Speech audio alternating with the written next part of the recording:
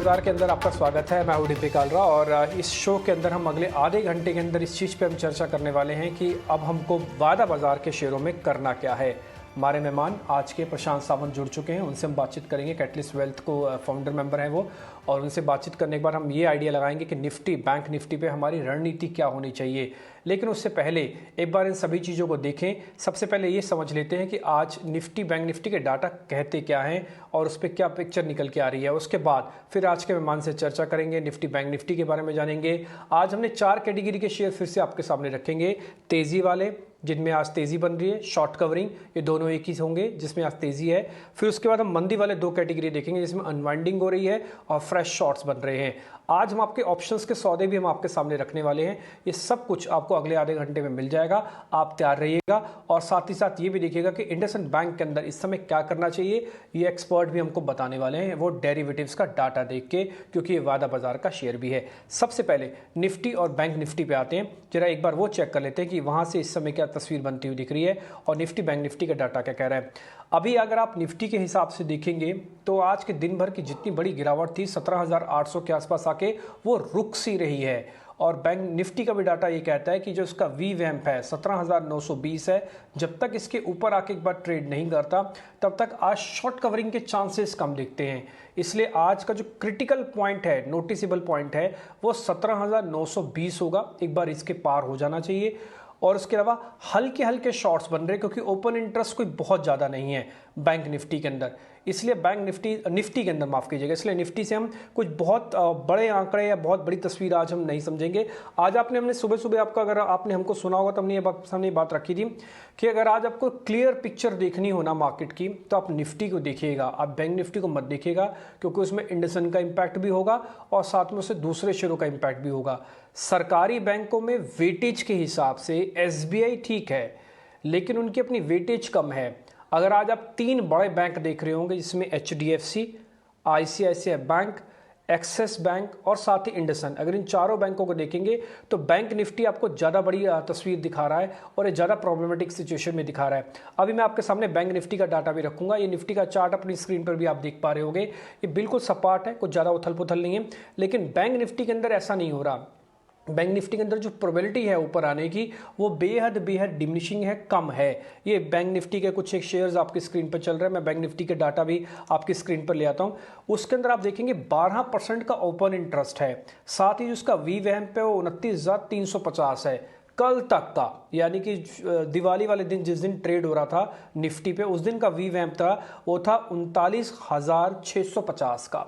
तो वहाँ से हम 300 पॉइंट और नीचे आए हैं। पहले जद्दोजहद इस चीज़ की करनी पड़ेगी कि हम इस 300 पॉइंट को तो गेन कर लें, यानी कि 39,700 तक तो पहुँच जाए, फिर हम देखेंगे क्या होगा इसमें। और आप निफ्टी और बैंक निफ्टी में देख रहे होगे तो क्लियर कट शॉर्ट्स आज निफ्टी, बैंक निफ्टी के अंदर ज़्यादा बन रहे हैं। और वो मैंने शेयरों का वेटेज के हिसाब से भी बता दिया कि 4 बड़े private banks, axis, HDFC, ICICI और इंडसइंड, ये चारों के चारों बैंक निफ्टी को आज उभरने ही नहीं दे रहे हैं।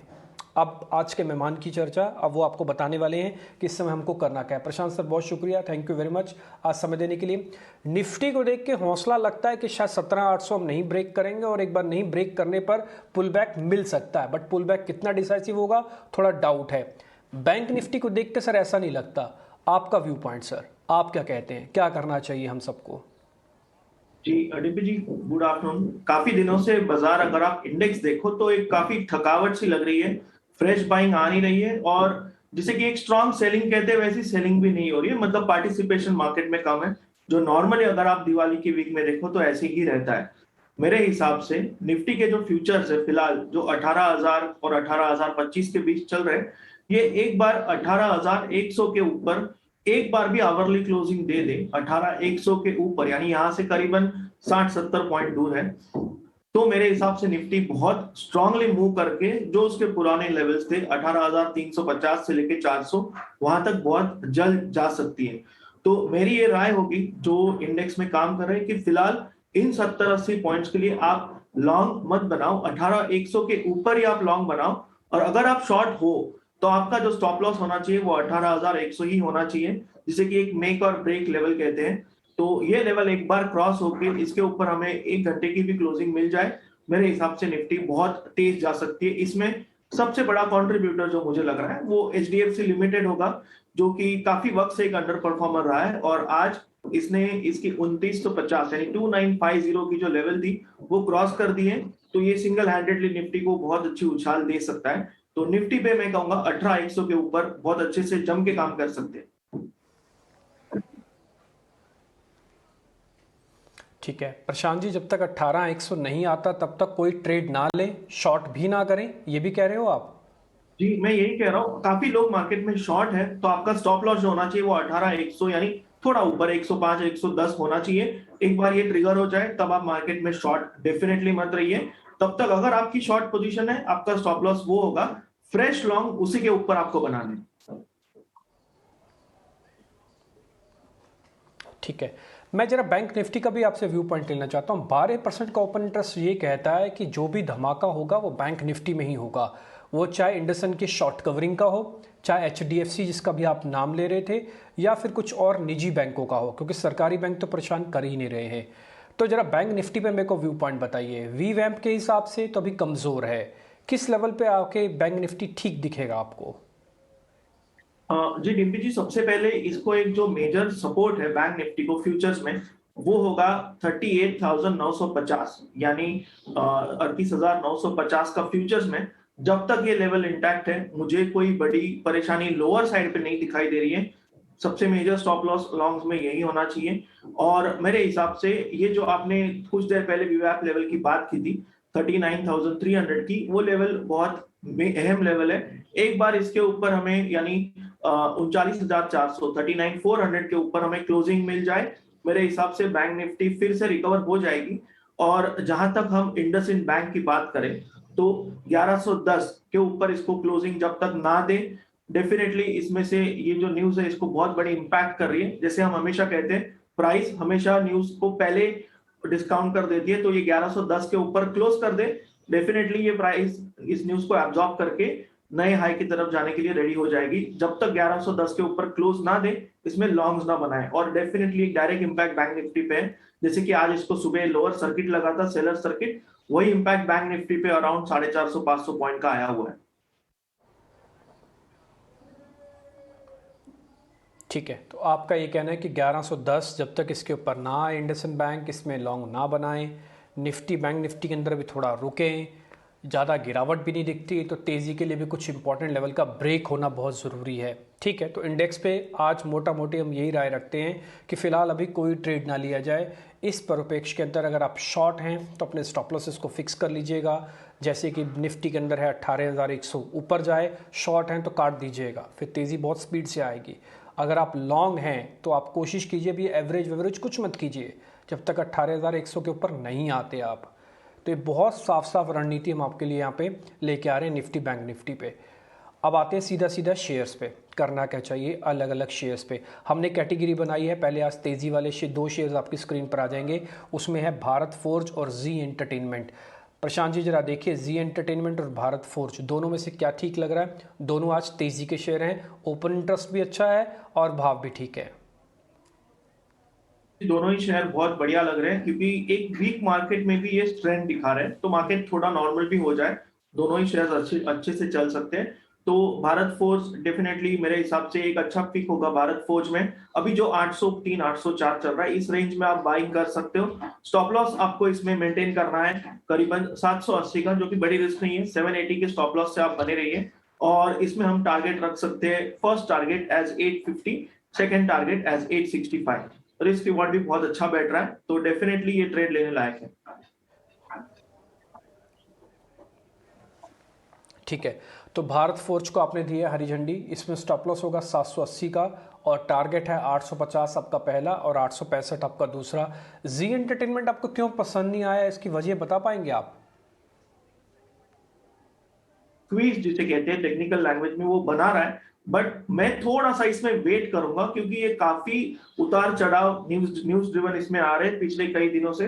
तो मैं वेट करूंगा कि ये शेयर 333 यानी 333 के ऊपर निकल जाए। डेफिनेटली ये मेरा एक स्ट्रॉन्ग पिक होगा to buy about 333। Stop loss इसमें मैं रखूंगा 310 का, और मैं इसमें टारगेट रखूंगा 380 का। बट जब तक ये 333 333 के ऊपर नहीं निकल आता, मैं थोड़ा सा वेट करूंगा, यानी यहाँ से करीबन 4% की दूरी है, 333 क्रॉस हो जाए तो ये बहुत स्ट्रांग हो जाएगा। तो बस उस रेंज के लिए मैं रुका हूं, ये मेरा पिक डेफिनेटली होगा, बट 333 के ऊपर बाय करेंगे इसको। ठीक है, तो दो शेयर हमने आपके सामने रखे तेजी के, उसमें से एक का चुनाव हो चुका है जिसका नाम है भारत फोर्ज। आपको 780 का स्टॉप लॉस लगाना है, 850 का पहला टारगेट, 865 का दूसरा टारगेट है। ये सारे टारगेटेड स्टॉप लॉसेज आप अच्छे से नोट कर लें। नोट करने के बाद इस पर ध्यान रखें कि इन्हीं शेयर्स के साथ हमको आगे बढ़ना है। अगर आपके पास पहले से हैं तो ठीक है, नहीं है तो वित्तीय सलाहकार से पूछ लीजिएगा कि हमको इस तरह से एक कॉल मिल रही है या इस तरह से हमारे एक्सपर्ट हमको बता रहे हैं, आप अपना व्यू पॉइंट दे दीजिए, तो अपने वित्तीय सलाहकार से पूछ लीजिएगा। अब आते हैं शॉर्ट कवरिंग के दो शेयर्स पे, टाइटन और अपोलो टायर्स। ये दोनों आज के हमारे शॉर्ट कवरिंग के कैंडिडेट हैं। ये शॉर्ट कवरिंग कैसे दिखती है कि जब प्राइस बढ़ रहा हो और ओपन इंटरेस्ट घट रहा हो, यानी कि मंदड़ी है, इस शेयर को छोड़ के जा रहे हो, और तेजड़ियों का हैंड्स यानी कि उसके हाथ में ये शेयर आता जा रहा हो। तो दो शेयर हैं, पहला अपोलो टायर्स और दूसरा है टाइटन। प्रशांत सर, दोनों शेयर्स 2-2, 2.5, 3-3% ऊपर हैं, क्या करें सर? इन दोनों में से क्या चुन रहे हैं आप? दोनों ही शेयर्स चुनेंगे और मैं दोनों के लेवल आपको बताऊंगा डिम्पी जी।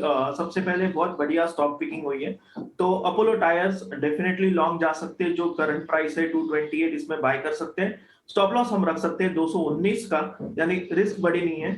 और इसमें एक जो छोटी सी बाधा आएगी वो आएगी 235 पे। 235 एक बार निकल जाए, ये स्टॉक बहुत इमीडिएटली हमें 260-65 के लेवल दिखाई देगा। तो हमें इसको ट्रेड इस तरह से करना है कि अभी हम इसको बाय करेंगे विद स्टॉप लॉस ऑफ 219।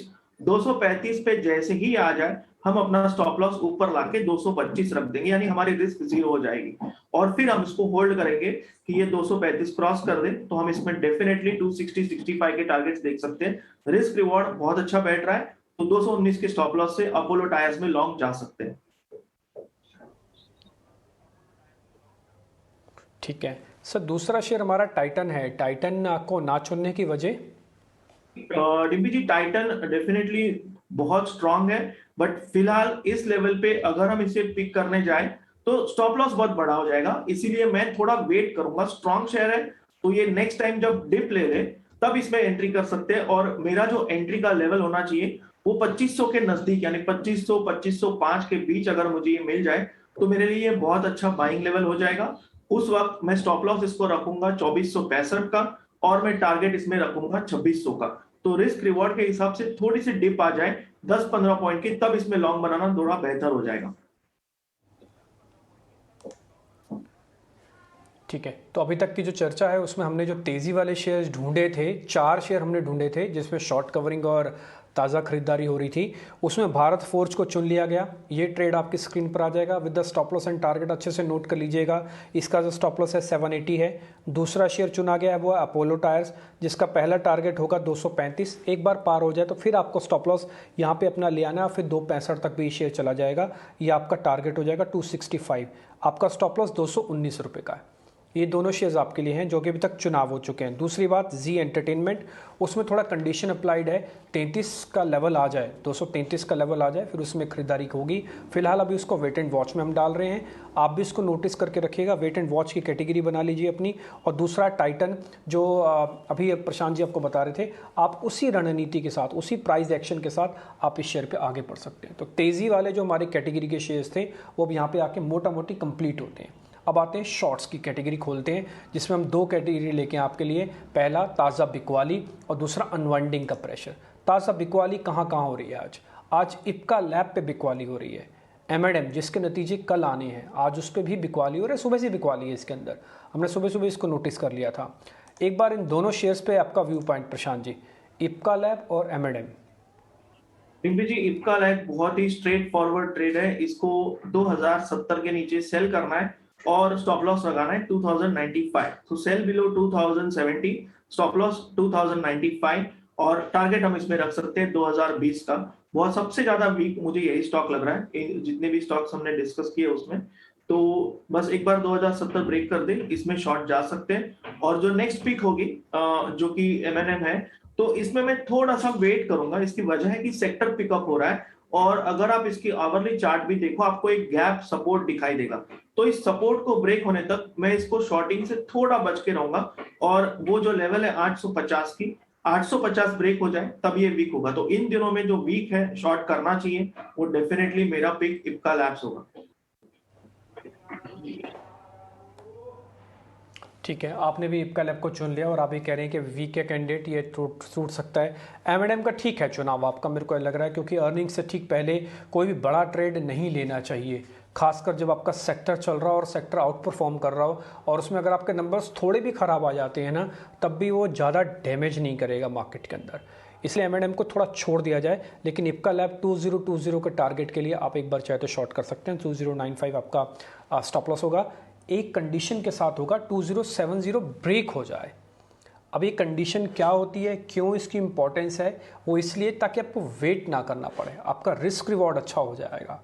2070 के बाद आपको हो सकता है सिर्फ एक ही दिन में ही आपका 2020 टारगेट भी आ जाए। तो इसलिए हर लेवल की अपनी इंपॉर्टेंस है, किस जगह पर शॉर्ट करना है, क्या स्टॉप लॉस के साथ शॉर्ट करना है, क्या टारगेट आपका होना चाहिए, ये तीनों चीज़ें बड़ी अहमियत रखती हैं। और खासकर चुनाव, शेयर कौन सा चुन रहे हैं आप। अब 170 से ज़्यादा शेयर हैं वायदा बाज़ार में आजकल। अब 170 से ज़्यादा शेयरों में आप कैसे कैसे ट्रेड करेंगे, इसलिए छांट के हम शेयर लेके आए हैं। सारे के सारे शेयर एक बार मैं जल्दी से आपको बता देता हूँ। भारत फोर्ज अभी तक पहला शेयर हमारी कैटेगरी में आया। दूसरा अपोलो टायर्स, ये दूसरा है शेयर जिस पे आप ध्यान रख सकते हैं। तीसरा है टाइटन, ये सारे के सारे शेयर्स आपकी स्क्रीन पर आपको चलते हुए मिल जाएंगे। तीसरा है टाइटन। चौथा है इप्का लैब। अब तक हमने 4 शेयर ही निकाले हैं अपनी टोटल रिसर्च में से, जितने हमने डेरिवेटिव्स के डाटा देखने के बाद, शेयरों को खंगालने के बाद हमने निकाले थे। आगे बढ़ते हैं। ये तो हो गया जो शॉर्ट वाली 2 कैटेगरी थे इप्का और एम में से, उसमें से इप्का हमने चुन लिया। अब आते हैं, एक और ऐसी कैटेगरी है जो इसको अनवाइंडिंग कहते हैं, जिसमें भाव भी कम हो रहे हैं और लोगों की खरीदारी भी कम है, डिलीवरी बिकती है जिसमें टिपिकली, वो है एस्कॉर्ट्स और Aditya Birla fashion retail. Sir एक बार ज़रा दोनों शेयर्स देख लीजिएगा, आपको दोनों कितने ख़राब दिख रहे हैं। हालांकि जब हम इसको छांट रहे थे, हम डेरिवेटिव्स का डाटा देख रहे थे, बहुत ज़्यादा कन्विंसिंग हमारा भी व्यू पॉइंट नहीं था, क्योंकि मार्केट में अंदर अभी भी स्टीम है काफ़ी। तो इन दोनों शेयर्स को जरा आप चेक कर लीजिए। डीपी जी, ABFRL एक स्ट्रॉन्ग शेयर है जो थोड़ा सा डिप ले रहा है, तो इसमें मैं शॉर्टिंग की वजह कहूंगा कि इसमें हम थोड़ा वेट करें कि अगर ये हमें 275 270 के रेंज में मिल जाए तो हम इसमें लॉन्ग बना सकते हैं। डेफिनेटली इसमें थोड़ा वेट करना चाहिए। उसी के सामने मैं जब एस्कॉर्ट देखता हूं तो प्राइस एक्शन देख के मुझे लग रहा है कि इसका ऑलमोस्ट एक टॉप बन चुका है, और ये जब तक 1455 के ऊपर है तब तक ठीक है। 1455 ये ब्रेक कर दे, इसमें से लॉन्ग्स एग्जिट करने होंगे। तो ये थोड़ा सा मुझे कमजोर लग रहा है। सेक्टर पिकअप हो रहा है, बट ये स्टॉक पहले ही इस सेक्टर को आउट परफॉर्म कर चुका है, तो चांसेस है कि इसमें प्रॉफिट बुकिंग आ जाए। 1455 बहुत इंपॉर्टेंट लेवल है, ये एक बार ब्रेक हो जाए तो एस्कॉर्ट्स में से हमें लॉन्ग्स बुक करने होंगे। ठीक है, आप ये कह रहे हैं कि 1455 अगर गया तो फिर कहाँ तक जा सकता है सर एस्कॉर्ट्स, और अगर मेरे को कोई स्टॉप लॉस रखना है तो फिर मैं क्या रखूँ अपना। मान लीजिए मैं शॉर्ट्स ओपन करना चाहता हूँ एस्कॉर्ट्स के अंदर। जी, 1455 अगर ब्रेक हो जाए तो आपको स्टॉप लॉस इसमें रखना है 1471 का, यानी 16 पॉइंट की आपकी रिस्क होगी। और टारगेट आप इसमें बहुत कंफर्टेबली रख सकते हो 1430 से लेके 1425 का। ठीक है, 1425 आप टारगेट बता रहे हैं इसका, 1471 आपने इसका एक स्टॉप लॉस बताया है, और आप कह रहे हैं कि कोशिश करें तभी इसको बेचें जब ये 1455 को ब्रेक कर दे, 1455 को ब्रेक कर दे तभी आप इसको बेचेगा। ये स्टॉप लॉसेस टारगेट सब आपकी स्क्रीन पर वापस आ जाएंगे, आप देख लीजिएगा। 1425 आपका टारगेट, 1471 आपका स्टॉप लॉस। कोशिश कीजिएगा बेचेगा तब जब ये 1455 को ब्रेक कर दे। रही बात ABFRL की, यानी कि आदित्य बिरला फैशन रिटेल की, उसको डिप आने पर थोड़ा और बाय करेंगे। अभी जा रहा है नीचे, थोड़ा और टूट सकता है क्योंकि 275 पे हमारा बाइंग कैंडिडेट हो सकता है ये। प्रशांत जी, अगर 275 पे बाय कैंडिडेट हो सकता है तो फिर इसमें स्टॉप लॉस क्या रखें उस समय, और फिर टारगेट क्या रखें। मान लें मैंने 275 का वेट किया और आ भी गया। जी, एक बार ये 275 पे मिल जाए, हमें इसको स्टॉप लॉस सिर्फ रखना है 260 का, और हम इसको होल्ड करेंगे फॉर टारगेट्स ऑफ 310 टू 320। बहुत रिस्क रिवॉर्ड अच्छा हो जाएगा और एक बहुत अच्छी डिप हो जाएगी स्टॉक के लिए।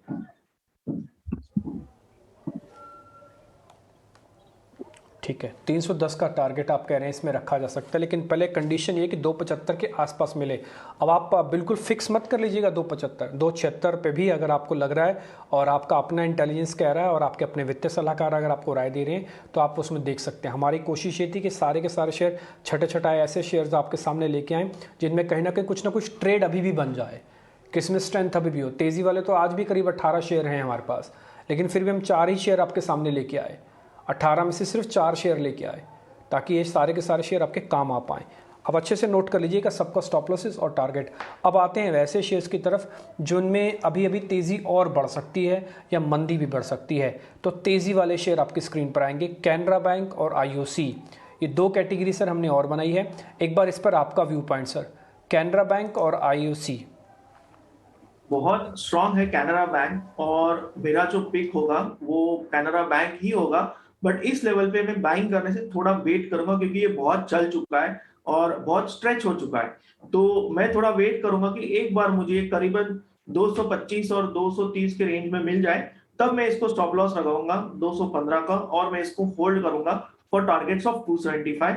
बहुत स्ट्रांगली पिक हो चुका है इस मार्केट में, जो कि बैंक निफ्टी के लिए ज्यादा सपोर्टिंग नहीं था, उसमें कैनरा बैंक ने बहुत स्ट्रांग मूव दी है। और अगर आप देखो तो पिछले एक हफ्ते में ये करीबन 15 से 18% रिटर्न दे चुका है, जो कि बहुत अच्छे रिटर्न्स हैं। तो थोड़ा वेट कीजिए, डिप मिल जाए 225-30 के बीच मिल जाए, इसमें लॉन्ग डेफिनेटली बना सकते हैं। स्टॉप लॉस रखिए 215 पे और होल्ड कीजिए। ठीक है, तो आप ये कह रहे हैं कि 275 तक का टारगेट है, बट 225 के आसपास आप आइएगा। दोनों शेयरों में से कैनरा बैंक चुना है। सर मैं जल्दी से तेज़ी वाले मंदी वाले भी शेयर आपके सामने रखता हूँ।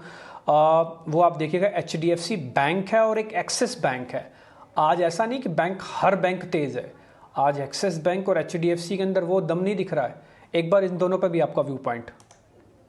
डिम्पी जी, दोनों शेयर अगर मैं प्योर टेक्निकली बात करूं तो HDFC बैंक बहुत स्ट्रांग सपोर्ट पे आया हुआ है। तो अभी फिलहाल मैं लॉन्ग तो इसमें डेफिनेटली बनाऊंगा नहीं, थोड़ा वेट करूंगा प्राइस बाउंस होने को। शॉर्टिंग की राय नहीं दूंगा क्योंकि सपोर्ट पे आया हुआ है। उसी के साथ जब मैं एक बेसिक टेक्निकल एनालिसिस यूज करके एक्सिस बैंक देखूं, तो मुझे दिख रहा है कि ये एक जब सपोर्ट पे आया है वहीं पर RSI में मुझे डाइवर्जेंस दिख रहा है। तो मैं थोड़ा वेट करूंगा, अगर ये बाउंस कर जाए और 755 क्रॉस कर दे तो मैं इसमें लॉन्ग बनाऊंगा विद स्टॉप लॉस ऑफ 740। तो दोनों ही शेयर सपोर्ट पे हैं, इसलिए शॉर्टिंग की राय नहीं दूंगा, वेट एंड वॉच कहूंगा। बाउंस कर जाए तो लेवल्स होंगे 755 पे, एक्सिस बैंक में लॉन्ग करेंगे with stop loss of 740 for a target of 785।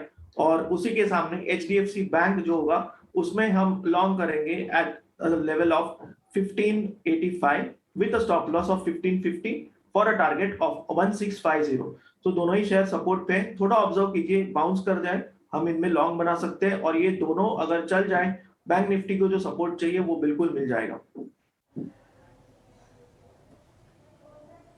ठीक है, जो बैंक निफ्टी को सपोर्ट चाहिए दोनों ही शेयर्स काम आ सकते हैं, लेकिन दोनों का सपोर्ट मिलना चाहिए। फिलहाल दोनों सपोर्ट पे ही खड़े हैं, शॉर्ट करने से बचें।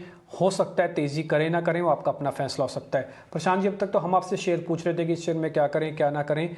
अब आप मेरे को जरा अपनी ट्रेडिंग कॉल्स भी बता दीजिए, आपके शेयर कौन से हैं। डीपी जी, एक जो सेक्टर मुझे बहुत अच्छा लग रहा है वो रियल एस्टेट सेक्टर है, और मेरा पहला चुनाव उसी में से होगा, जो कि ओबराय रियल्टी है। और इसमें मैं 1020 की नवंबर की जो स्ट्राइक प्राइस की कॉल है वो मुझे बहुत अच्छी लग रही है, और इसको हम 35 से 45 के रेंज में ले सकते हैं with stop loss of 18 rupees, और टारगेट हम इसमें रख सकते हैं 75 का। तो ये होगा मेरा फर्स्ट पिक जो होगा रियलिटी सेक्टर से ओबराय रियलिटी में। सेकेंड पिक जो मुझे लग रहा है इस मार्केट में, एक वीक मार्केट में जो बहुत अच्छा आउट परफॉर्म कर रहा है, वो स्टॉक है बजाज फाइनेंस। और इसकी जो 7800 की स्ट्राइक प्राइस है वो मुझे अच्छी लग रही है with stop loss of 145 for a target of 375 से लेके 400 के बीच में। ये बहुत स्ट्रांगली पिकअप होता है जब भी चलता है। तो ये दो मेरे पिक होंगे ऑप्शंस में।